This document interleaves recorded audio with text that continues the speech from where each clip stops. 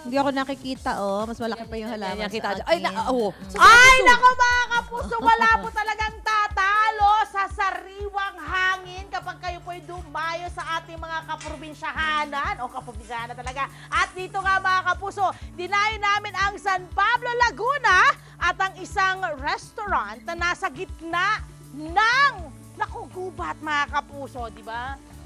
Sariwang-sariwa po talagang hangin. Pero, tinurn po nila itong nature farm mga kapuso. Kaya naman, bukod po sa nakaka-relax yung paligid niya at dahil sa dami ng mga puno at halaman dito, dinarayo po ang lugar dahil naman po dun sa kanilang bukid tangi at kakaibang pagkain. This morning, eto na nga, makakasama po natin ang, genius, ang may kagagawan po ng restaurant na ito at pagkain na i-introduce namin sa inyo, Sir Joel Frago. Good morning! Po. Ayan, at syempre, ngayon ay nandito tayo sa Forest Wood Forest. Farm to table po. Farm to table. Bongga. Okay, ang una natin ituturo sa kanila ay kalabuko, pansit kalabuko. Pansit kalabuko. Anong ibig sabihin po nun? Ang pansit kalabuko po ay naglalaman ng 7 klase ng gulay at saka 2 klase ng prutas. Grabe, galing. From the word kala, kalabasa, kabute, and then buko. So kung makikita po natin yung kulay mamlabi, yung pong kulay yellow, yung pong in-strip po natin na squash. Okay. And then, tapos itong nasa left? Itong nasa left, ayan po yung papaya. At itong nandito, Ito yan naman po yung buko. Bakit ito naisipan ninyo na gawin po itong kalabuko? Kasi po malayo po yung aming bahay dito sa farm. So, may time na yung wife ko, nagkikrave siyang kumain ng pansit. Pero, ayaw niyo kumain ng gulay. So, ngayon, ang ginawa ko, finake ko siya. Yung mga squash, generate or strip, ganun din yung papaya. Ngayon, nung dumating siya, nakita niya, wow, mukhang masarap yung pansit na yan pero hindi niya alam, puro gulay yun. At mukhang yan din ang maituturo natin sa mga bata. Napakagaling. So usually na pagpapansit. Parehas din ang pagluluto ng pansit. Ang kaibahan lang yan, puro gulay siya. At mas kokonti lang yung noodles. Okay, at guys, itong mga gulay na nilalagay po nila, galing po nila dito sa kanilang bakuran. Okay, isa pa! Ito pang isang gusto ko. Planchadong lamang lupa! Opo, lamang Panalo! lupa. Ano po yun? Ang planchado lamang lupa ay naglalaman ng kagaya ng taro. Pwede din yung tugi. Okay. Oo, nakagaya nito. I-grate mo rin lang siya dyan. And then, ito na yung laman niya sa loob. Okay? Yan. So, parang lalagyan nyo na lang ng mga pansahog. Nilagyan mo lang siya ng, let's say, may butter ka or oil, and then ilagay mo lang yun dito siya. And may asukal yan? Meron, may sugar siya or honey. Sarap. Okay, so, tapos paplansyahin nyo na. Paplansyahin Kaya planchado. Oh my gosh. So, at saan naman galing itong mga old school ninyong pangplansya? Ay nako, way back panahong kopong-kopong yan. Oo nga eh. Tapos pinatira na lang po nila, kung familiar po sa inyo, itong platong ito yung ginagamit sa pangsisig, no? Oo. Ang galing. Ito namang planchang ito, minana ko po to sa aking lola. Yun. Gaano katagal muna, Sir Joel, yung paplansya po ninyo para maluto po yan? Nako, ito yung mga 5 minutes lang. Ay, luto na siya. sandali lang pala. Oo, madali lang yan. Oh my gosh. Okay. So, ang loob pa rin yan, anong nilalagay nyo? Yung parang mga uling-uling? Oo, tingnan natin ang loob nito. Ito pa rin siya. Yan. Bongga. Bunot ng niyog. Okay? At galing na naman po yan galing na naman dito sa sa kanilang farm. Dito sa okay, forest. syempre kailangan ko tikman yan. Okay.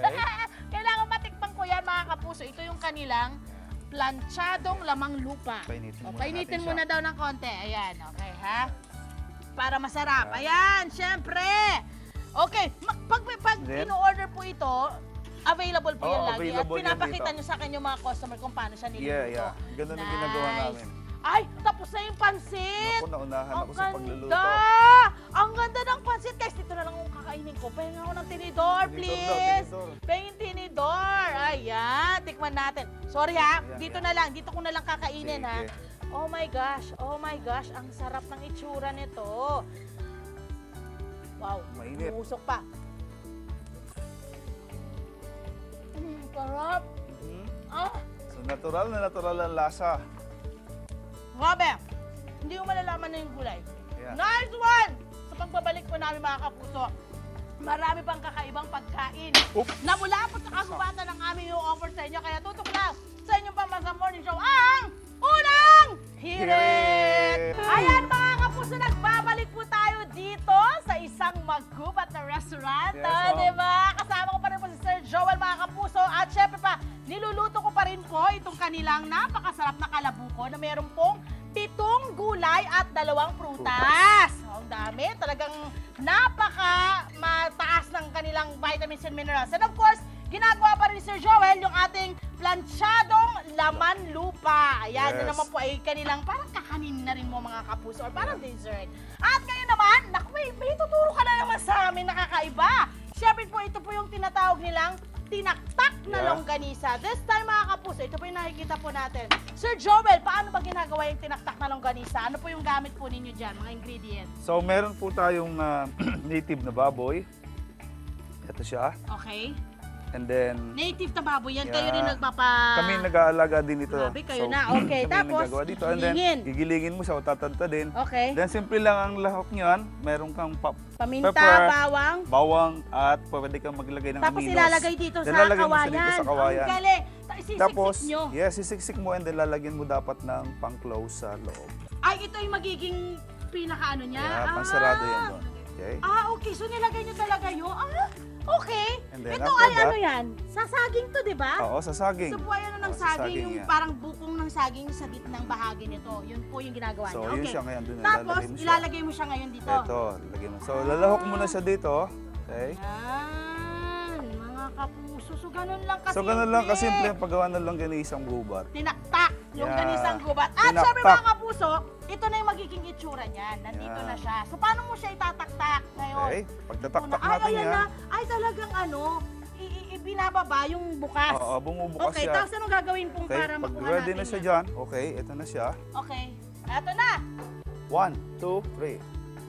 Ay! Ang Ano na saya, siya, tinaktak. mga kapuso! Ang kit, isa pa! Isa pa, Kuya, isa isa pa, pa, isa isa pa. Ang ganda!